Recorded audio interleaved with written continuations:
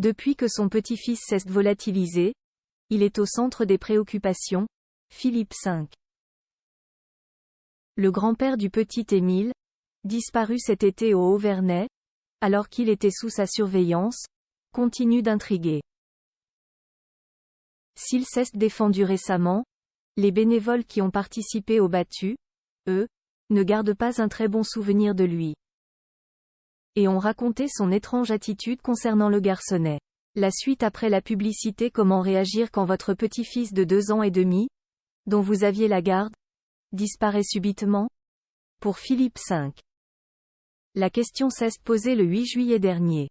Alors que sa fille aînée Marie et son gendre Colomban viennent de lui déposer leur petit Émile pour des vacances familiales dans la maison secondaire du Haut-Vernay où il est lui-même entouré de sa femme Anne et de ses 8 cadets, le garçonnet disparaît lors d'un samedi après-midi particulièrement chaud. Très recherché depuis, il n'a toujours pas été retrouvé. Mais l'attitude de son grand-père a particulièrement marqué les bénévoles qui ont participé aux très nombreuses battues autour du village, dans les premiers jours de la disparition.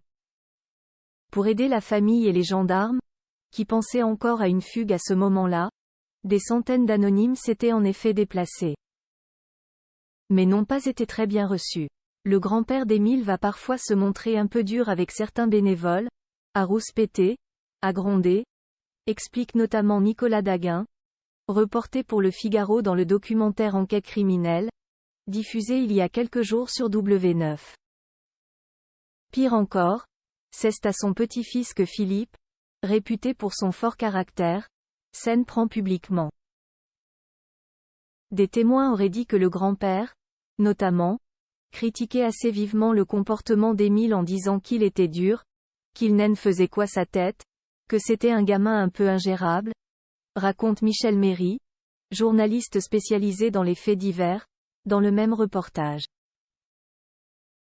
Une attitude confirmée par Nicolas Daguin, et qui n'a pas vraiment joué en sa faveur. Au départ, le grand-père d'Émile va presque avoir une attitude qui montre qu'il en voudrait presque à Émile. Finalement, raconte-t-il. Un comportement qui montre aussi qu'il n'a peut-être pas compris l'ampleur de l'affaire. Mais aussi, sans doute, parce qu'à ce moment-là, il n'imagine pas qu'on ne retrouvera pas son petit-fils.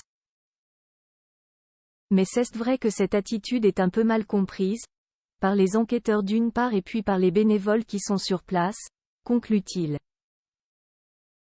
Surtout qu'à la suite des battues, qui n'ont malheureusement rien donné, la famille se replie dans sa maison et n'en sort plus. Autour des parents, les grands-parents et leurs 9 autres enfants se concentrent sur leur foi, eux qui sont catholiques, et n'acceptent plus que la visite d'un prêtre, tous les jours.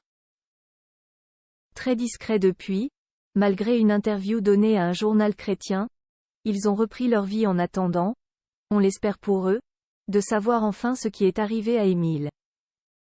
La suite après la publicité.